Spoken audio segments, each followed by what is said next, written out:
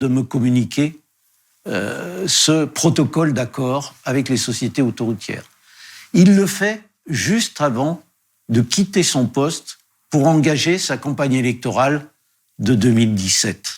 Le Conseil d'État va mettre un certain temps et va décider, par une décision qui fait jurisprudence, de rejeter la requête de M. Macron en annulation du jugement du tribunal administratif. C'est un peu compliqué, mais en résumé, il va falloir 4 ans pour que, à ce moment-là, j'obtienne, pour nous, je dis je, mais c'est nous obtenions ce protocole d'accord passé entre M. Macron, Mme Royal et les sociétés autoroutières. Et vous n'avez pas refusé de signer? Non, moi je suis discipliné, moi. Non, mais c'est vrai. C'est une qualité aussi d'être discipliné. Mais le Premier ministre avait décidé la configuration de la négociation. Au fin de la négociation, on me dit c'est négocié. Moi, je vais pas dire mais non, c'est mon pouvoir. C'est fait, c'est négocié. Je signe. Oui.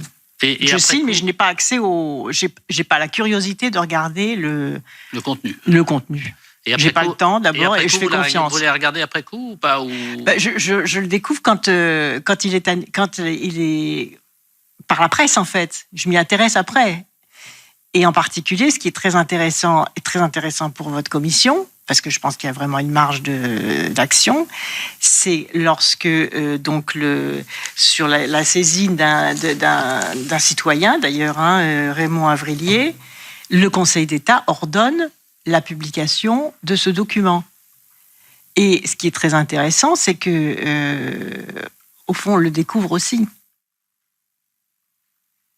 À partir de ce moment-là, on est dans une situation où on est obligé de se poser la question, qu'est-ce qui a fait qu'ils ont voulu garder secret ce protocole d'accord, alors que le Conseil d'État dit que ce protocole d'accord est un document administratif communicable de droit. Est-ce que, finalement, pourquoi il a été tenu secret et pourquoi il a fallu pas mal de procédures juridiques pour obtenir la communication de ce protocole? Sur le maintien secret du protocole, moi je suis incapable de vous répondre, parce que c'est pas moi qui ai empêché sa publication. Je pense que ça peut créer de la crispation. Ensuite, je pense qu'on peut aussi faire valoir que peut-être il y a des clauses protégées. Je pense que c'est du côté du ministère de l'économie. Du point de vue de l'État, il n'y avait pas d'enjeu majeur à l'époque sur ce point, dès lors qu'en tout état de cause, comme vous l'indiquiez, tous les éléments économiques en tout état de cause devaient être retranscrits dans les avenants au contrat de concession, à ce titre faire l'objet d'un décret en Conseil d'État et à ce titre être publié. Donc, in fine, toute l'information a vocation à être publique. Et je ne crois pas aujourd'hui, mais je n'ai pas regardé de façon suffisamment approfondie, qu'il y ait des éléments dans le protocole qui ne soient pas... Donc vous trouvez normal que l'État ait dit « Ok, c'est le secret des affaires, on ne communique rien ». Mais in fine, tout était public. Non, mais j'ai bien entendu. Pourquoi Emmanuel Macron et Alexis Collère ont-ils tout fait pour empêcher la publication du protocole d'accord? Comment Ségolène Royal a-t-elle pu signer ce document sans prendre la peine de le lire? Et pourquoi ont-ils écarté des négociations Christian Eckert qui étaient défavorables aux concessions privées? Évidemment, on regarde le document, le protocole, et on s'aperçoit que tout a été fait à l'avantage des sociétés concessionnaires d'autoroutes. Exemple, si l'État est amené à modifier les redevances que les sociétés doivent payer, eh bien, automatiquement, on augmentera les tarifs, on augmentera la durée des contrats.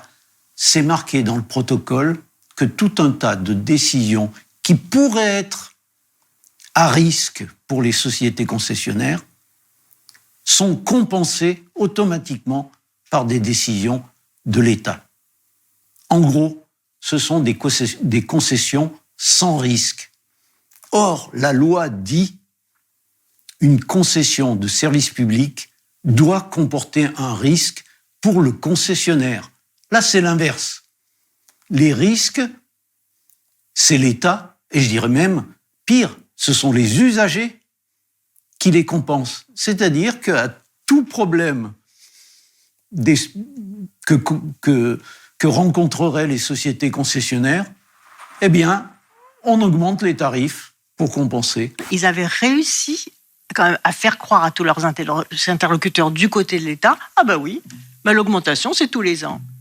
Or, c'est pas vrai. Quand on regarde, et même dans le contrat, et d'ailleurs la Cour des comptes le dit clairement, et la Commission européenne le dit, mais non, soit ça augmente, soit ça baisse, et si le volume augmente, la rentabilité augmente. Donc, soit la rentabilité augmente, eh ben, il y a une partie de reversement à l'État, c'est ça qui aurait dû être mis dans la concession, avec une décision de l'État tous les ans pour savoir si oui ou non ça a augmenté, pour protéger les automobilistes, soit une baisse du tarif. Mais jamais vous n'avez eu de baisse de tarif. Revenons au point de départ. Il y a quand même des conditions pour pouvoir utiliser et augmenter ces mécanismes et augmenter les tarifs. Le principe d'une augmentation des péages d'autoroute sur la base de l'inflation remonte à 1995, un décret de 1995, et c'est toujours ce décret qui est utilisé. Donc c'est le texte qui fait référence. Est-ce que ce texte, au départ, est légal ? La réponse est non.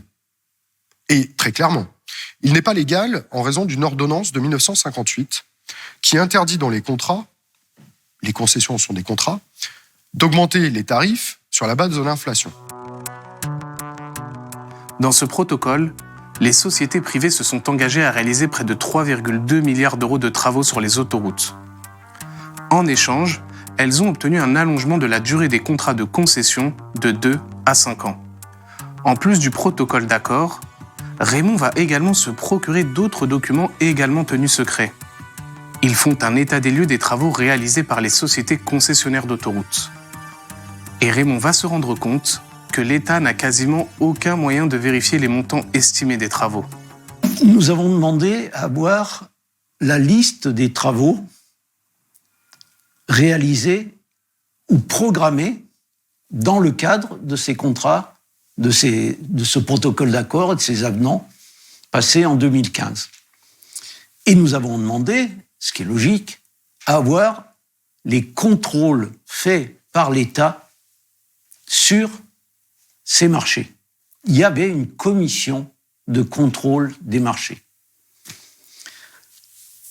Invraisemblable.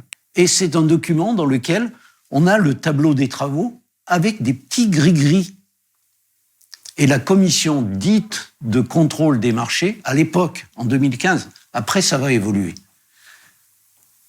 elle contrôle non seulement les montants, mais aussi qui obtient les marchés. Et sur une majorité, pas tous, des marchés passés, ils sont passés par le groupe Vinci, par exemple, pour ses concessions autoroutières, avec des filiales de Vinci.